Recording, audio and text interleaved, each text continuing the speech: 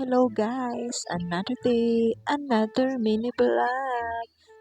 Pagkatapos ko nga maligo pagdating ko dito sa kwarto, ayan, kaya pala nagtataka ako kung bakit hindi siya humabol sa akin kanina.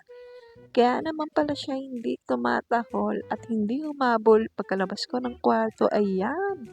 Pagbalik ko, andito pala siya sa kama. Sarap talaga ng higa niya. Dahil nasanay siya, pag wala ako, pumupunta siya rito sa kama para dun humiga. Kaya alam ko na, pag hindi siya umiyak, nakahiga siya dito sa kama. At pagkatapos ko nga siya kulit-kulitin, ayan, nagbihis na ako.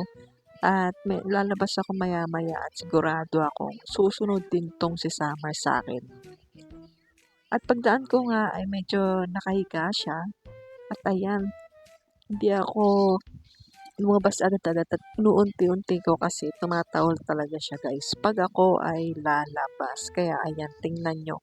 Susunod yan sa akin. Ewan ko ba dito kay Summer, gusto lang niya. Lagi ako nandito sa kwarto. Ayan, kita niya naman, sumunod niya siya agad. At parang gustong lumabas. Kaya pala inarangan ko siya para hindi makapasok yung mga aso kasi inaaway siya. Kaya naman ayan, for the kulit-kulit at gusto talagang sumama sa akin. Diyos ko guys, alam niyo ba tong si Summer? Bawat kibot at alis ko talagang gusto niyang kasama siya.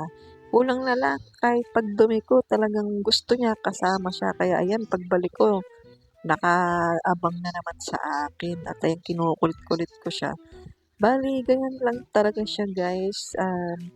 Pag alam kong hindi siya maingay, alam ko nakahiga siya dito sa kama kasi sarap na sarap siya dito dahil nakatapat mismo yung electric fan sa kanya. Ayan siya guys, pag nandito ako sa loob ng kwarto, hindi talaga siya gumagalaw. At kaya naman, andito kami maghapon magkasama.